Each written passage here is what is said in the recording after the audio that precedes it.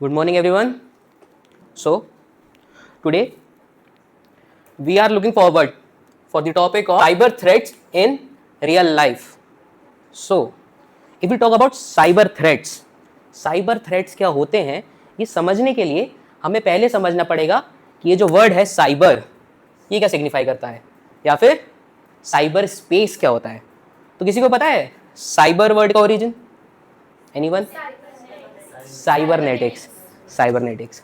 तो cyber word का जो ओरिजिन है वो साइबरनेटिक वर्ड से आया है. और साइबरनेटिक्स वर्ड जो है वो नॉबर्ट वीनर नाम के साइंटिस्ट ने डिस्कवर करा था, जिसका मतलब होता है एनिमल्स और मशीन्स के साथ कम्युनिकेशन एस्टेब्लिश करना. तो if you talk about communication with machine से बात करने की प्रक्रिया को हम साइबरनेटिक्स कहते थे. और इसी से एक साइबर स्पेस डिस्कवर होता है. क्या डिस्कवर होता है? अब ये साइबर स्पेस क्या होता है? Cyber space is actually a virtual space which is present all around us and it consists multiple computer devices, different IoT devices and the internet. Like जब हमने नेटवर्किंग पढ़ी थी, हम सबने नेटवर्किंग पहले पढ़ी है ना, तो जब हमने नेटवर्किंग पढ़ी थी तो नेटवर्किंग पढ़ने के बाद हमें ये समझ आया था कि नेटवर्क्स कैसे बनाए जाते हैं. और जब हमने नेटवर्क्स बनाना सीख लिया है तो उन नेटवर्क्स को भी आपस में जोड़ने का काम एक बहुत बड़ा नेटवर्क करता है, दैट इज इंटरनेट, और we can say interconnected networks. तो डिफरेंट कंप्यूटिंग डिवाइसेस जैसे कि कंप्यूटर, मोबाइल फोन्स, टैबलेट्स, तुम्हारी स्मार्ट वॉचेस, ये आपस में क्या कहलाते हैं? क्या कहलाते हैं? कौन से डिवाइस? डिजिटल डिवाइसेस कहलाते हैं सारे के सारे आपस में. तो इन डिजिटल डिवाइसेस की मदद से ही हम आपस में कम्युनिकेशन कर सकते हैं, इंफॉर्मेशन को शेयर कर सकते हैं. और इंफॉर्मेशन को शेयर करने के लिए हमें आपस में फिर इनका एक नेटवर्क भी बनाना पड़ेगा, हाँ कि ना? तो साइबर स्पेस एक्चुअली में क्या होता है? एक वर्चुअल स्पेस होता है जो किस चीज से कंबाइन करके बनाया गया है? इसी इंटरकनेक्टेड नेटवर्क से. और इस इंटरकनेक्टेड नेटवर्क्स के अंदर हमारे पास क्या है? डिफरेंट कंप्यूटिंग डिवाइसेस हैं जिनकी मदद से हम इंफॉर्मेशन को शेयर करते हैं और इंफॉर्मेशन को स्टोर करते हैं. इसका एक बहुत सिंपल एग्जांपल, सब व्हाट्सएप चलाते हो, व्हाट्सएप के ऊपर जब तुम्हारे पास क्लास के कुछ नोट्स आते हैं एक दूसरे को शेयर करते हो. शेयर क्या कर रहे हो? नोट्स को. नोट्स क्या है? इंफॉर्मेशन है. और वो इंफॉर्मेशन को स्टोर किसके ऊपर करके रख रखा है हमने? व्हाट्सएप के ऊपर. क्या व्हाट्सएप में रियल में कोई जगह है? व्हाट्सएप नहीं ना, एक वर्चुअल जगह है ना, वर्चुअल स्पेस है एक. तो ये डिफरेंट वर्चुअल स्पेसेस आपस में बनते हैं साइबर स्पेस. और इसी साइबर स्पेस पे हम बहुत सारी एक्टिविटीज करते हैं नहीं करते हैं? जैसे तुम किसी को टेक्स्ट करते हो, गेम खेलते हो, वीडियो स्ट्रीम करते हो, ऑनलाइन कोई ब्लॉग पोस्ट करते हो, ठीक है, ट्विटर पे कोई शॉर्ट ब्लॉग पोस्ट करते हो, ट्वीट करते हो, अब तो फिलहाल ट्विटर नहीं उसे एक्स कहते हैं, या फिर इंस्टाग्राम के थ्रेड पे कोई थ्रेड पोस्ट करते हो. ये सारी डिफरेंट एक्टिविटीज है ना. अब इन एक्टिविटीज को एथिकल वे से करना भी बहुत ज्यादा जरूरी होता है.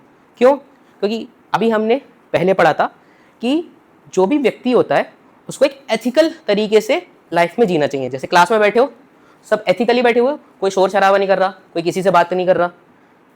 एथिकल्स क्या होते हैं? Ethics are moral set of values जिनकी मदद से एक पूरा का पूरा सिस्टम बहुत अच्छे से फंक्शन कर सके.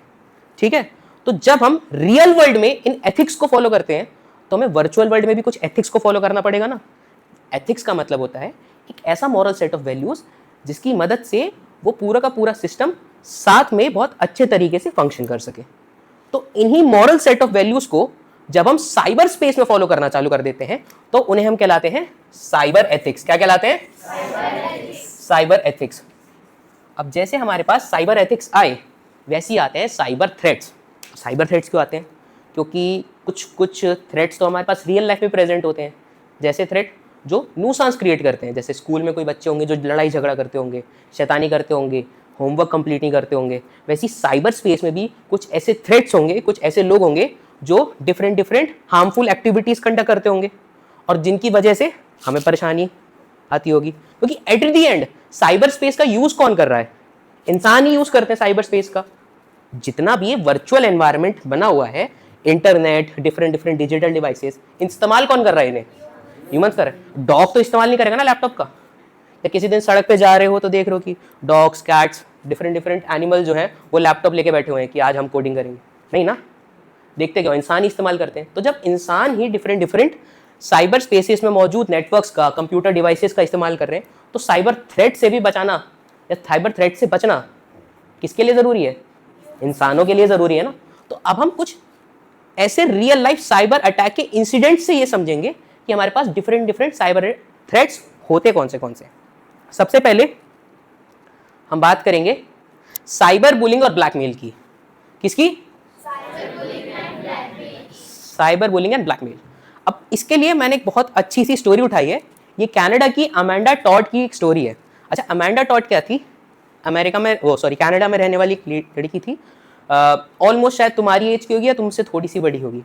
उसके साथ एक प्रॉब्लम हुई।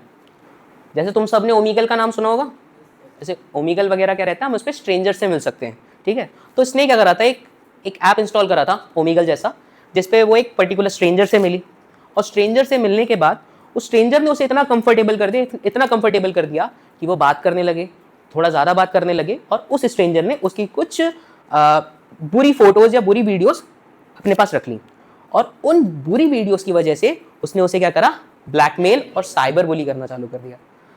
अब ये प्रॉब्लम आज के लिए हमें समझना इसीलिए ज़रूरी है क्योंकि ऑलमोस्ट हमारे यहाँ जितनी भी लड़कियाँ बैठी हुई हैं सब इंटरनेट का इस्तेमाल करते हो नहीं करते हो, और इंटरनेट पे इंफॉर्मेशन बहुत आसानी से फैलाई जा सकती है। इसलिए हमें इस चीज़ का ध्यान रखना है कि जितनी भी इंफॉर्मेशन या जितनी भी फोटोग्राफ्स, जितनी भी पर्सनल फोटोग्राफ्स हम इंटरनेट पे शेयर करें वो बहुत अप्रोप्रिएट हो, ताकि कोई गलत पर्सन के हाथ में लग के वो हमारे अगेंस्ट काम ना करे। जैसे कि तुम्हारी कोई पर्टिकुलर फोटोग्राफ किसी अननोन पर्सन के हाथ में लग गई, जिसे वो इस्तेमाल कर सकता है तुम्हें ब्लैकमेल करने के लिए। XYZ वो किसी भी टाइप की फोटोग्राफ है, तुम सब ये बात बहुत आसानी से समझ भी सकते हो मैं किस टाइप की बात करना चाह रहा हूँ, राइट और नॉट, है ना। So as a result Amanda Todd की ट्रेजिक स्टोरी का एंड क्या हुआ, उसने सुसाइड कमिट कर ली 15 साल की उम्र में। क्यों? क्योंकि किसी को भी अच्छा नहीं लगता कि उसकी इस टाइप की फोटोग्राफ्स या इस टाइप की वीडियोस जनरल पब्लिक में शेयर कर दी जाए। Next, it was ransomware attack on hospitals. ransomware attack. अब what is this ransomware? ransomware एक टाइप का स्पेसिफिक सॉफ्टवेयर होता है। अब ये क्या सॉफ्टवेयर होता है, जैसे तुम्हारे पास तुम्हारे कंप्यूटर सिस्टम है। कंप्यूटर सिस्टम क्या, हमारे पास ना हॉस्पिटल मैनेजमेंट सिस्टम होते हैं। अब हॉस्पिटल मैनेजमेंट सिस्टम्स के अंदर डिफरेंट पेशेंट्स की पूरी क्रेडेंशियल्स लिखे होते हैं कि उन्हें कौन सी बीमारी थी, कौन सी बीमारी का इलाज कराने आए हैं, कौन से डॉक्टर के अंदर हैं, उनकी पास्ट रिपोर्ट्स क्या क्या हैं। तो इन हॉस्पिटल मैनेजमेंट सिस्टम्स के ऊपर एक पर्टिकुलर यूजर ने खूब सारे रैंसमवेयर सॉफ्टवेयर्स का अटैक करा दिया था। अब क्या हुआ, जैसे मेरा ये हॉस्पिटल मैनेजमेंट सिस्टम है HMS, ठीक है, हॉस्पिटल मैनेजमेंट सिस्टम, इसके ऊपर हुआ रैंसमवेयर का अटैक। जैसे ही हॉस्पिटल के किसी यूजर ने उस रैंसमवेयर को इंस्टॉल करा, ऐसे अननोन मेल की तरह आता है कि आप ये सॉफ्टवेयर इंस्टॉल कर लीजिए, हम आपको इतने % कुछ पैसा देंगे, या फिर XYZ कोई स्पैम की तरह आता है। जैसे ही मैं उसे इंस्टॉल करूंगा वो मेरे सिस्टम को कर देगा लॉक। किस तरीके से? वो मेरे सिस्टम को लॉक इस तरीके से कर देगा कि वहां पे लिखाएगा एक पासवर्ड या फिर एक क्रेडेंशियल, और जब तक मैं उसको एंटर नहीं करूंगा तब तक मैं अपने सिस्टम का इस्तेमाल नहीं कर सकता। इसको आसानी से समझने के लिए ऐसे समझो कि अगर तुम्हारे फोन पे किसी ने रैंसमवेयर डाल दिया तो तुम अपने फोन का तब तक इस्तेमाल नहीं कर पाओगे जब तक उसके एक पास की या फिर एक पासवर्ड ना डालो, और वो पासवर्ड रखा होता है अटैकर के पास, जिस वजह से क्या होगा, तुम्हारे फोन का पूरा कंट्रोल तुम्हारे हाथ से चला जाएगा।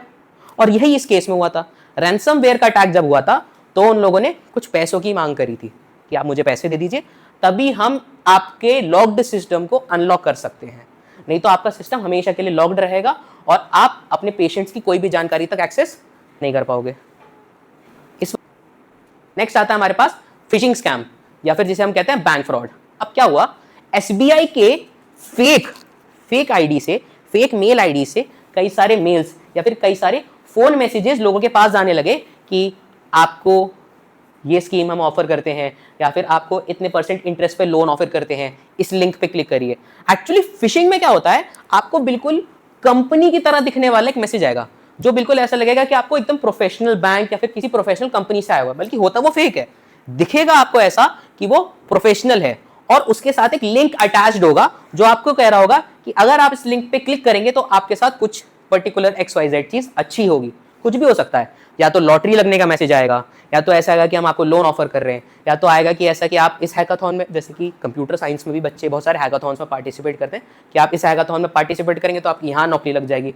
आई कैची सा मैसेज आएगा, बहुत आई कैचिंग होगा कि आप उस लिंक पे क्लिक करेंगे तो आपको बहुत मुनाफा होगा, बट एक्चुअली में लिंक पे क्लिक करते ही क्या होगा, आपके फोन का काफी सारा डेटा ब्रीच हो जाएगा, या फिर आपके फोन की काफी सारी इंफॉर्मेशन दूसरे पर्सन तक पहुंच जाएगी। इसने बचने के लिए भी काफी सारे ट्रिक्स होते हैं।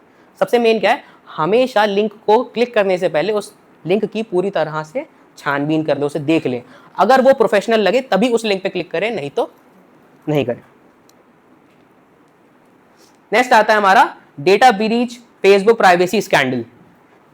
ये फेसबुक कंपनी के साथ हुआ था।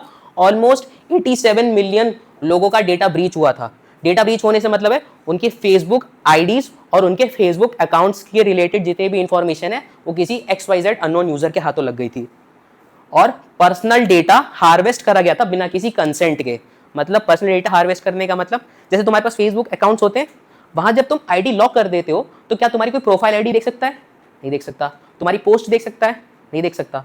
तो यूजर ने क्या करा, मतलब हैकर ने क्या करा, सीधा फेसबुक का डेटा ब्रीच करा। अब जब फेसबुक पे ही वो सारा का सारा डेटा रखा हुआ है तुम्हारा पर्सनल, तो जब फेसबुक को कोई ब्रीच करेगा तो वो तुम्हारे डेटा को आसानी से एक्सेस कर सकता है, जिस वजह से ऑलमोस्ट 87 मिलियन अकाउंट्स कॉम्प्रोमाइज्ड हो गए थे, और उनका पर्सनल फोटोग्राफ जो उनकी आईडीज में थे, पोस्ट से रिलेटेड, उनकी ईमेल आईडी जो लॉगिन हो रखी थी, उनका फोन नंबर, सारा का सारा डेटा ब्रीच हो गए, अननोन लोगों के हाथों चला गया था।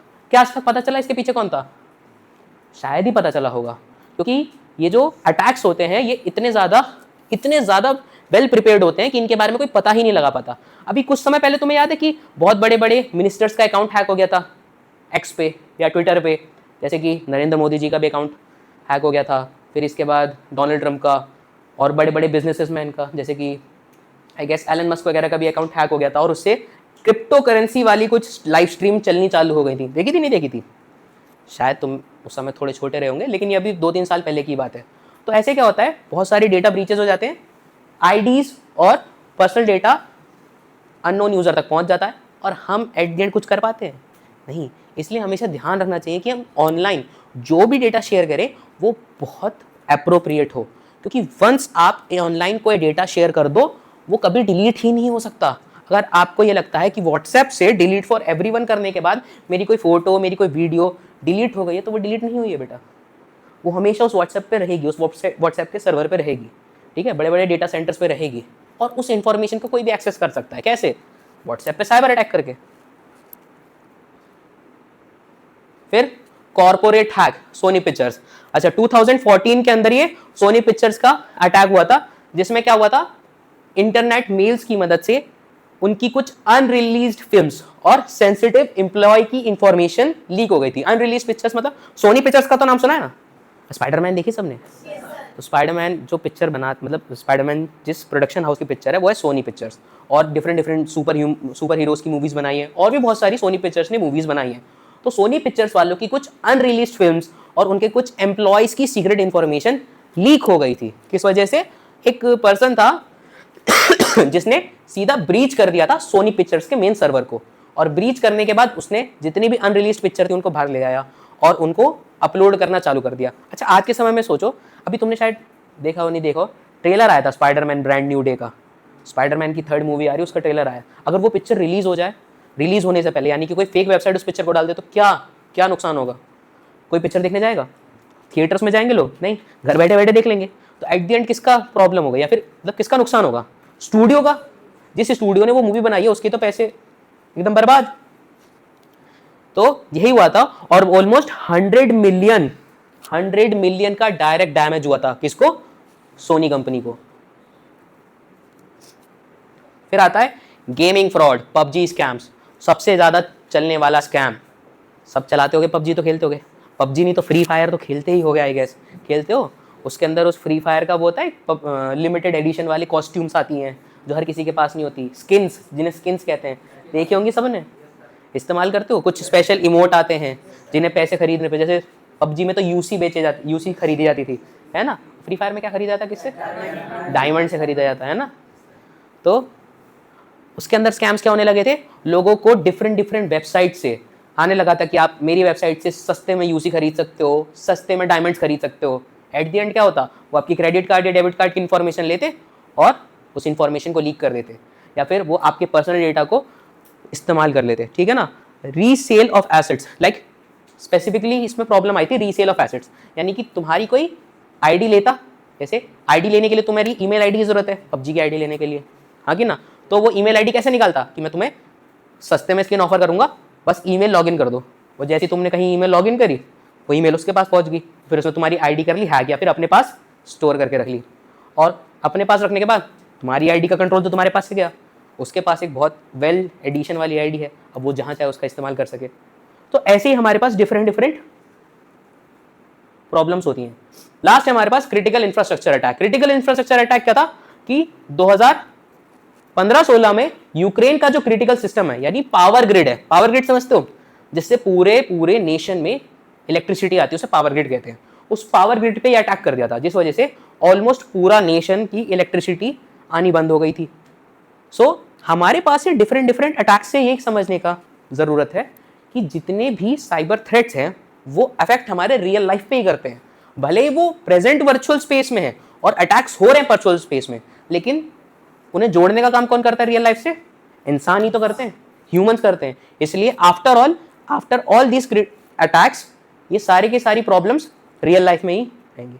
आज तो हमने प्रॉब्लम्स देखी, अब इन प्रॉब्लम से सोल्यूशन कैसे पाया जाता है, या फिर हम कैसे इन सारी अटैक से प्रिवेंशन लगा सकते हैं, और कैसे अपने सिस्टम को, अपने स्पेसिफिकली सोशल सिस्टम को, या फिर क्या साइबर स्पेस वाले सिस्टम को और ज़्यादा सिक्योर बना सकते हैं, वो हम नेक्स्ट क्लास में देखेंगे। ठीक है, थैंक यू एवरीवन।